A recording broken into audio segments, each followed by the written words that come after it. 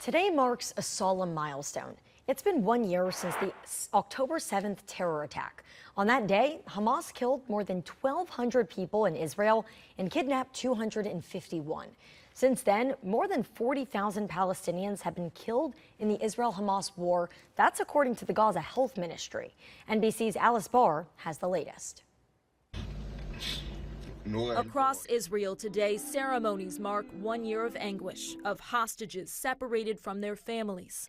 We miss him so much.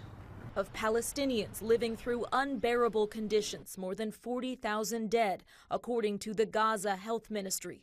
And 365 days after Hamas militants attacked inside Israel, killing 1,200 and kidnapping more than 200, the suffering is only growing.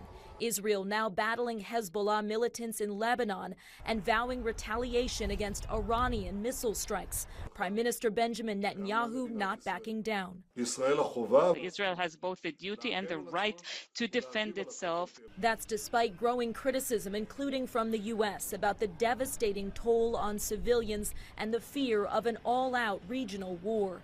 Vice President Kamala Harris on CBS 60 Minutes backing Israel's right to defend itself while stressing the need for a ceasefire. The need for humanitarian aid, the need for this war to end, the need for a deal to be done which would release the hostages. But those negotiations are deadlocked, raising questions about the U.S.'s ability to influence Israeli policy. President Biden sharpening his rhetoric toward Prime Minister Netanyahu. No administration has helped Israel more than I have.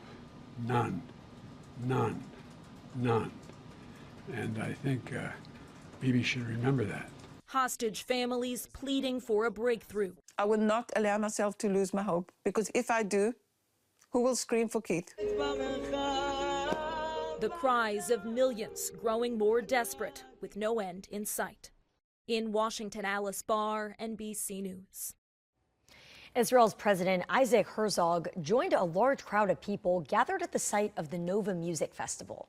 That's where Hamas terrorists murdered 347 people and took 40 others hostage on October 7th last year. The event in the Negev desert is the first of several gatherings to mark the 1 year anniversary of the terror attacks.